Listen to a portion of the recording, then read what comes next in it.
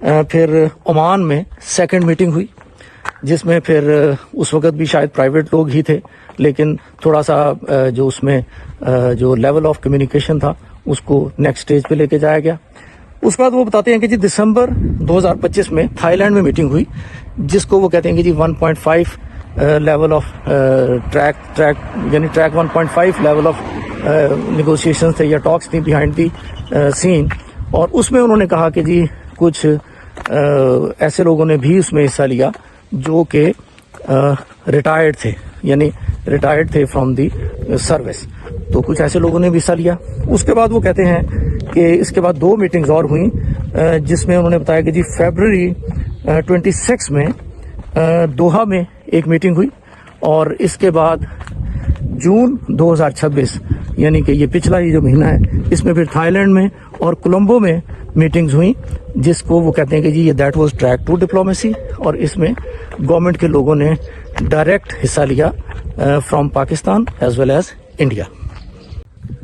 آخر میں پھر جاوید چودھری صاحب نے یہ شیئر کیا کہ یہ جو مذاکرات ہیں جو ان کی اب تک 5 یا 6 نشست ہو چکی ہیں،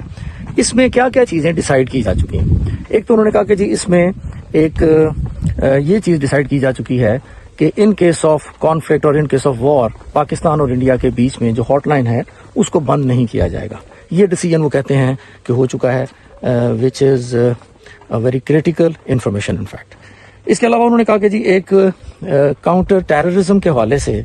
ارینجمنٹ جو ہے وہ دونوں ممالک کے درمیان ایک کنسنسس ہے کہ پاکستان کی طرف سے کوئی ایسی موو نہیں ہوگی جس کو انڈیا جو ہے وہ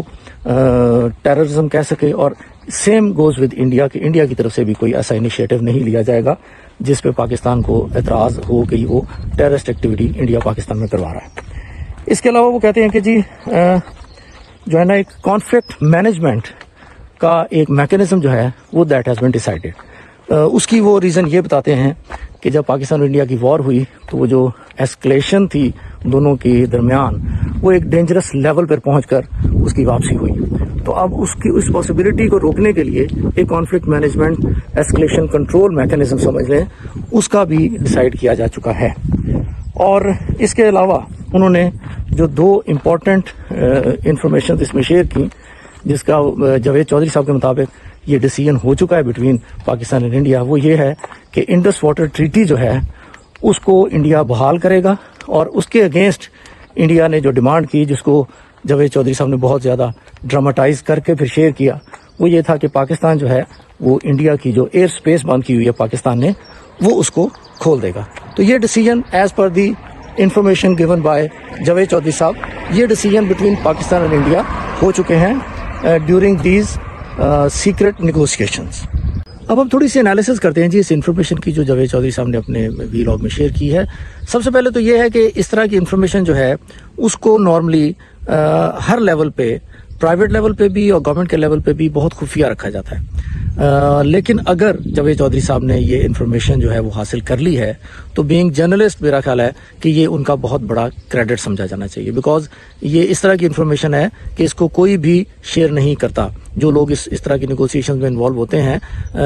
تھوڑی بہت خبر اگر باہر نکل بھی جائے تو ایگزیکٹلی ڈیٹس اور وینیوز کے حساب سے اس کو شیئر کرنا، اس انفارمیشن کو نکال لینا جو ہے وہ میرا خیال ہے ایک بینگ جرنلسٹ ایک بہت بڑی ان کی کامیابی سمجھا جانا چاہیے اگر یہ سچ ہے تو۔ دوسری بات یہ ہے کہ اگر یہ سچ ہے اگین تو یہ بڑی ہی کریٹیکل ڈیولپمنٹ ہے جو پاکستان اور انڈیا کے بیچ میں ہو رہی ہے، بیکاز انٹرنیشنلی بھی، ریجنلی بھی اور بائیلیٹرلی بھی پاکستان اور انڈیا کے جو جنگ کے بعد سے حالات ہیں وہ بہت ہی کریٹیکل ایک سچویشن سمجھی جا رہی ہے، اور بہت سارے جو انالسٹ ہیں، جو experts of the South Asian scene ہیں، وہ یہ سمجھتے ہیں کہ انڈیا جو ہے وہ بڑی تیزی سے کچھ ایسی ڈیولپمنٹس کر رہا ہے، کچھ ایسی تیاریاں کر رہا ہے کہ لگتا ہے کہ شاید وہ پاکستان کو دوبارہ وار میں انگیج کرنا چاہے گا، جس کو لے کے بہت سارے لوگ انٹرنیشنل لیول پہ بڑے کنسرن ہمیں پائے جاتے ہیں۔ تو اگر پاکستان اور انڈیا کے درمیان یہ نیگوسیشنز ہو رہی ہیں یا ہو چکی ہیں تو یہ ایک بڑی ہی حوصلہ افزا بھی بات ہے اور بڑی ہی کریٹیکل انفارمیشن ہے۔ تیسرا جو اس میں پوائنٹ ہے، جو امپورٹنٹ پوائنٹ ہے جس کو میں ہائی لائٹ کرنا چاہتا ہوں، ڈسکس کرنا چاہتا ہوں، وہ یہ ہے کہ اگر انڈیا